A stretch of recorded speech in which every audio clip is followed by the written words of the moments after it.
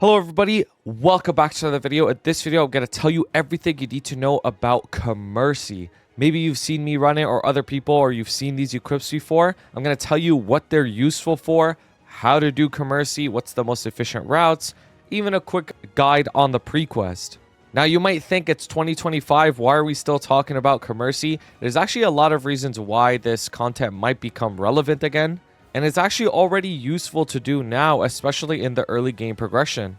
I'm also going to be covering transposing, which is not the exact same as transferring Star Force, and everything else. And of course, if this video helps you out, please consider subscribing because it helps me out a lot. Also, pull up to the live stream where you can join the community, interact with everyone, have a good time. There's also a Discord that's very active, and you could get all the help you need in there as well. And with that all out of the way, let's get right into it. So the first thing, let's start with the Prequest. So on any character, you're going to press the light bulb, level 140 quest, Commerci Republic, 9 Hearts call. Go there. Talk to 9 Heart. Then you have to talk to Cygnus. 9 Heart again. Talk to this dude. And then you're going to end up at the Commerci shore, where you're going to have to talk to the mayor. And he's going to ask you to kill a bunch of mobs. So you're going to go to the maps to the right and keep killing all the mobs that he asks you to kill. All right, so after you kill the mobs, talk to him again. Make sure you press the second option, not the first option, or else you're going to be stuck in an infinite loop. So after you press the second option, just keep holding interact, go to the right, kill the mobs again, and then go to the Commerci town, which is just all the way on the right. Once you're in the town, you're almost done. All right, so the two main things about this town is this building over here, this first red building that has Maestra Fia Meta in it. And then the next thing, which you can take a portal to get there faster, is this guy over here, Pietreno. So these are the two important NPCs that you need to worry about in Commerci.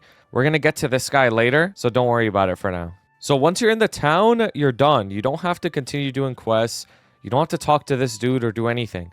All you have to do is go to your light bulb, go to the level 140 quest again, and see Commerci Get Rich Quick. And that is all you have to do. So now when you go inside here, she's going to have the quest that you can complete. And this is the main part of Commerci. She's going to give you your boat so you could go on voyages. And basically how these voyages work is every single time you go on a voyage, you get Denaros. So she gives you your starting 10 Denaros, right? And you can talk to this guy over here, and this is how you buy the Commerci equips.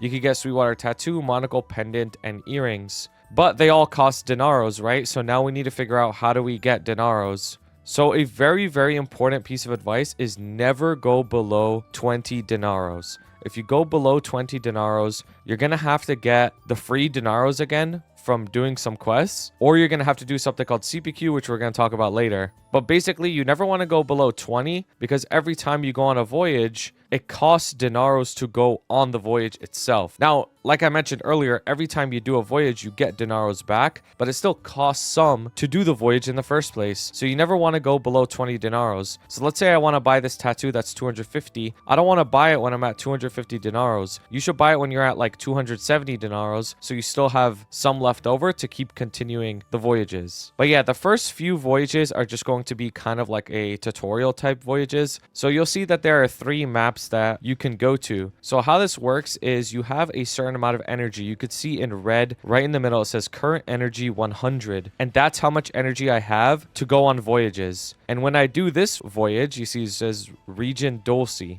or Dolce. It says energy used 10. So if each voyage is 10 and I have 100 energy, that means I could do this voyage 10 times. But this one, it says energy used 15. This one, it says energy used 12. So not every single map that I go to has the same amount of energy. There's also this up arrow up here, which is important, which brings up an even bigger map that has even more locations I could sail to. So this one has energy 20, this one has energy 25, and this one has energy 30. Now, basically what that means is the higher energy used, the more time it takes to do the voyage. And you also have a chance at getting better rewards. Doesn't mean you're guaranteed to always get better rewards, and it doesn't mean that you should always do the highest one. It just gives you a chance at better rewards because different monsters spawn in different maps. Now, you might also ask, why are these ones grayed out, but this one's blue? The reason why these are grayed out is because you have to do 5 voyages of every region to unlock the next region. So, for example, I have to do 5 Dolce before I could unlock Luna. And then I have to do Luna 5 times before I can unlock Rosa. And then I have to do Rosa 5 times before I can unlock Herbtown, and so on. So you have to do each region 5 times to unlock everything. But all you have to unlock is Herbtown.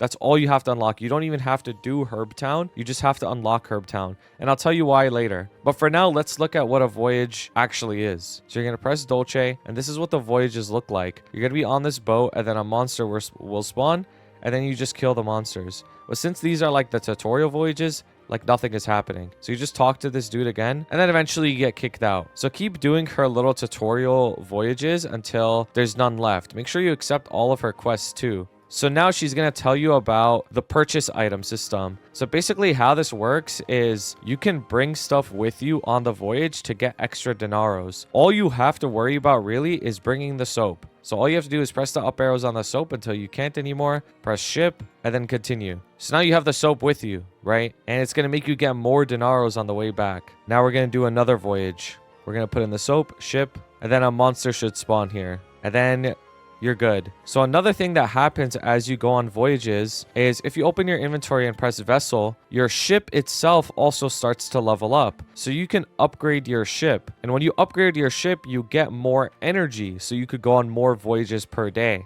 But we'll talk about min-maxing this stuff later. I just want to tell you guys the basics of how the system works. So keep accepting her quest, and now you're good. Now you could basically do whatever you want. So if you remember, we have to do 5 Duky to unlock Luna, right? At the bottom, it says 3 voyages completed. So that means we'd have to do 2 more, and then we can unlock Luna. So I'm going to do 2 more voyages. I'm going to press it, put in the soap, ship, and continue. So now that I've done 5 trades, right? Again, you should just always accept all of her quests because they'll just be completed as you do it automatically. Luna unlocks. And also, I have more denaros. I have 27 denaros now. So we're going to want to repeat this process. So we did 5 Duky, 5 Luna, and then eventually 5 Rosa until we unlock Herb Town. Now, the difference is Herb Town, you're going to have to pay to unlock it. You don't just automatically unlock it like how we did Luna after we did Duky 5 times. It automatically unlocked. For Herb Town specifically, you're going to have to click this and you're going to have to unlock it. Now, you don't actually have to sail to Herb Town. You just have to unlock it. And once you unlock it, you're going to have the ability to run something called Commerci Party Quest or CPQ. If you want to do CPQ, this is a bonus way of getting extra denaros every day. So we know that there are 2 ways of getting denaros. You do your solo voyages, which we have been talking about. And now after you unlock Herb Town, you do CPQ. Both of these are how you get denaros. And if you want to enter the CPQ map, you have to choose the 3rd option, move to the Merchant Union trade location. But she says you're going to need Herb Town to go there. So that's why we want to unlock Herb Town. Now I'm on my other character, right? And I want to show you what CPQ is. So a pro tip to getting to Commerci faster is if you open your Maple guide, which is just a keybind, I have mine on F11, you can go to the right 2 times and you'll see the Commerci here. And then you press this gear icon, press the Commerci, and then save. And now you could go to the Commerci town instantly whenever you want. So for me, I already have Herb Town unlocked on this character. So now when you press move to Merchant Union trade location, you'll be in a special dock for CPQ. You can talk to her and there are 3 different channels. Most people are usually on 1st channel, right? So you can find people to party with here. It's a party of 3. And once you make a party of 3, you say proceed with Merchant Trade Union.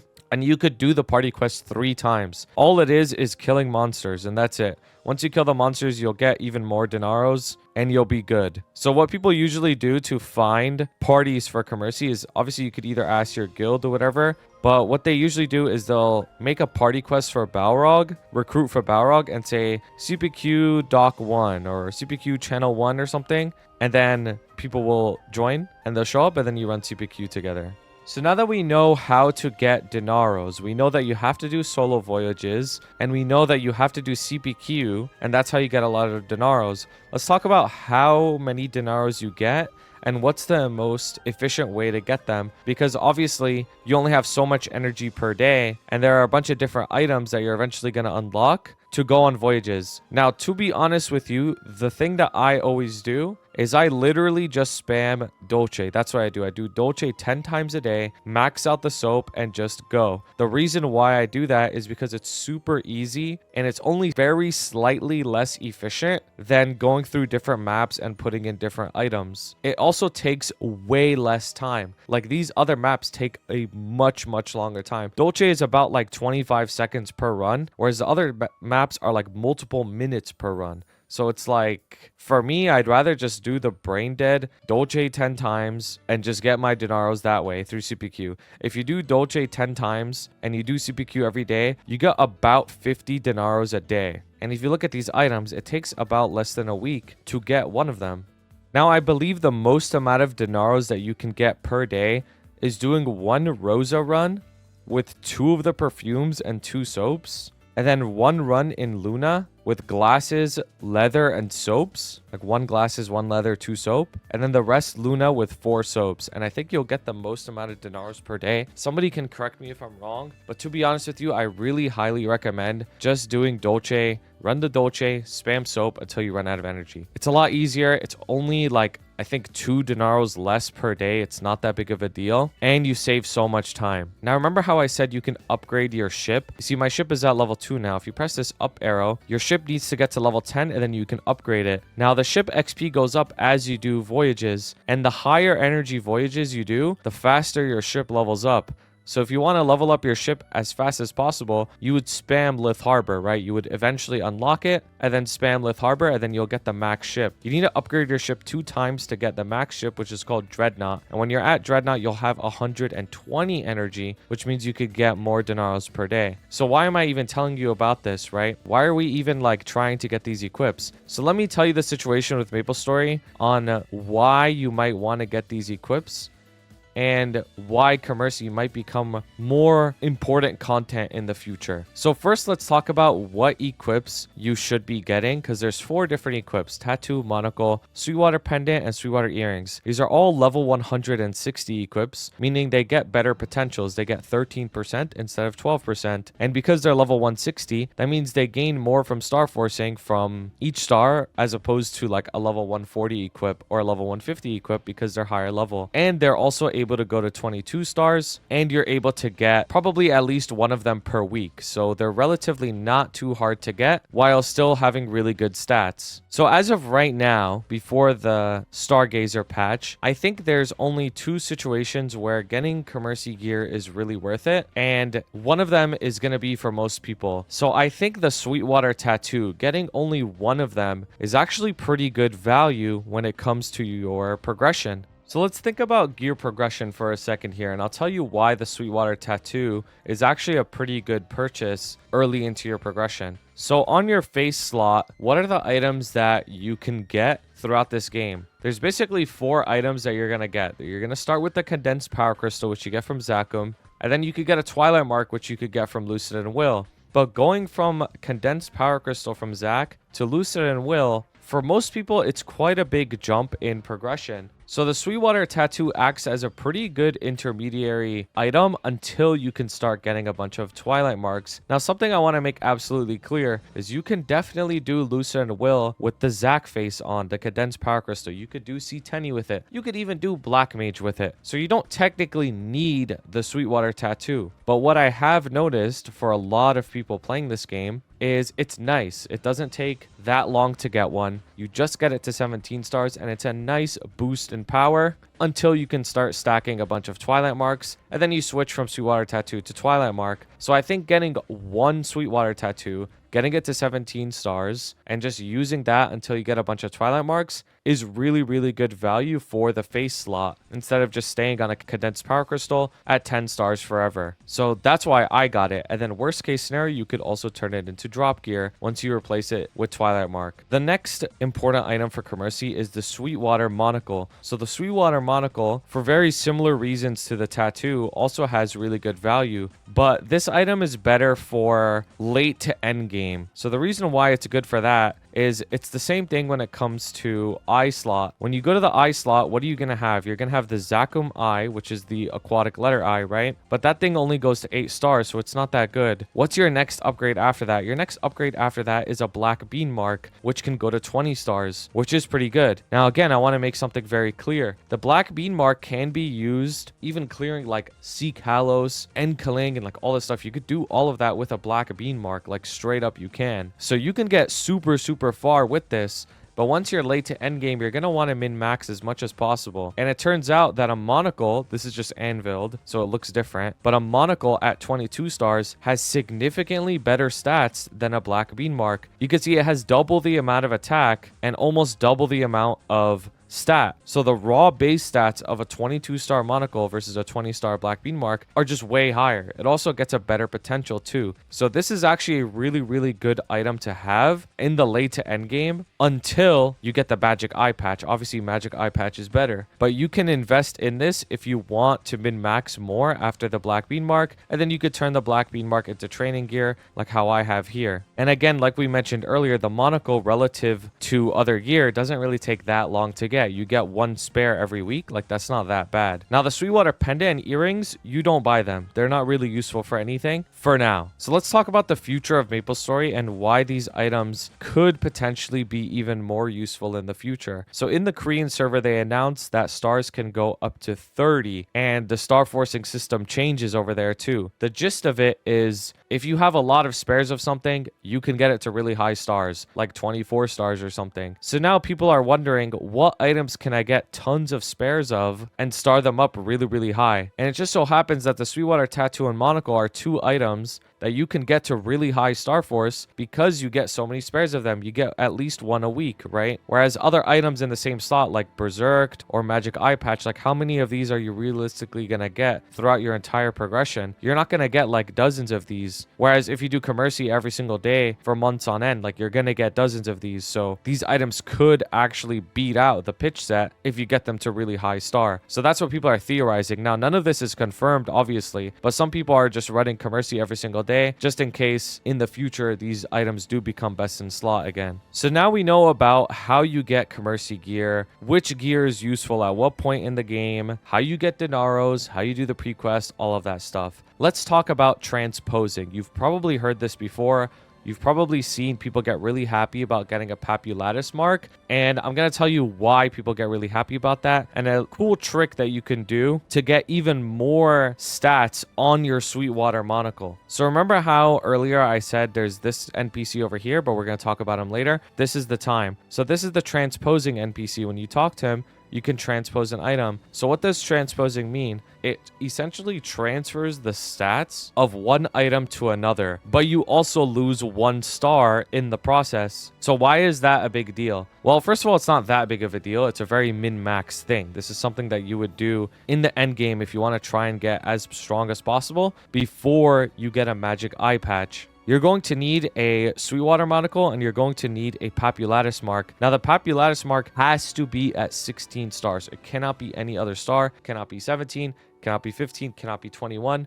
Nothing. It has to be at 16. Now, the reason why it has to be at 16 is because on this game, whenever you star something past 15, you get attack and magic attack on the item. Now, why is that important? It's important because we're going to be transferring the stats from the Papulatus mark to the Sweetwater monocle, but we're also going to be losing a star. So we're going to end up with a Sweetwater monocle that starts at 15 because we're losing a star from 16, but it has the bonus attack gained from the 16th star of the Papulatus mark already applied to it. So this item is going to have attack on it even though it's 15 stars. So it's basically starting off at a higher baseline because we transposed the 16th star from the Pap mark to the monocle. And because the monocle is level 160 versus the Pap mark at level 145, it gets more stats per star. And we're starting at 15, meaning we're going to get attack from every single star past 15. If that sounded complicated to you, the long story short is transpose this at 16 and the monocle becomes juiced. That's the gist of it. The monocle becomes juiced, but it has to be at 16. Now, how do you transpose? If you want to transpose, you have to talk to this guy. Put the Pap mark on the left, put the monocle on the right, and pray. That's all you have to do. I think there's like a 3% chance for it to succeed. It doesn't boom or anything, but you need 10 Denaros per attempt. That's something that's very important. So I have 50 Denaros on me. Let's see if it works. It's 10 Denaros per attempt. I failed. So now I have to try again. I failed. One more try. I failed again. So you're going to have to keep doing this every single day. You can only try it 10 times a day. So sometimes it could take like a week of attempting this just for it to work. Now, remember what I said about not going under 20 denaros, so I'm not going to keep trying it even though I can. But that's how you transpose. And then once you transpose, the Populatis mark becomes consumed, the Sweetwater monocle becomes 15 stars, and it has bonus attack on it. And then you just raw star the Sweetwater monocle, it's 22. Even if it booms, it doesn't lose its transpose stats, so you don't have to worry about that. But that's about it for Commerci. If you have any questions, obviously leave a comment down below. Let's help each other out. And of course, again, if you enjoyed this video or you learned something, please consider subscribing because it helps me out a lot. Also, pull up to the live stream where you can join the community, have a good time, and also join the Discord if anything. That all being said, though, appreciate you guys for watching. Have a wonderful day. Shout out to my members, Blazefire, Shooms, Shagad, Ravi Espa, Koga, Skittles, Dante Victory, CK, Jay, Kyle, Vampiric X, Fresh and Juicy, Assassin, Henzo, Henrique, and Kelvin. I appreciate you guys so much. And thank you everybody who submitted fan art. You can always submit it in the Discord and it'll be put at the end of every video. Thank you for watching. Have a wonderful day.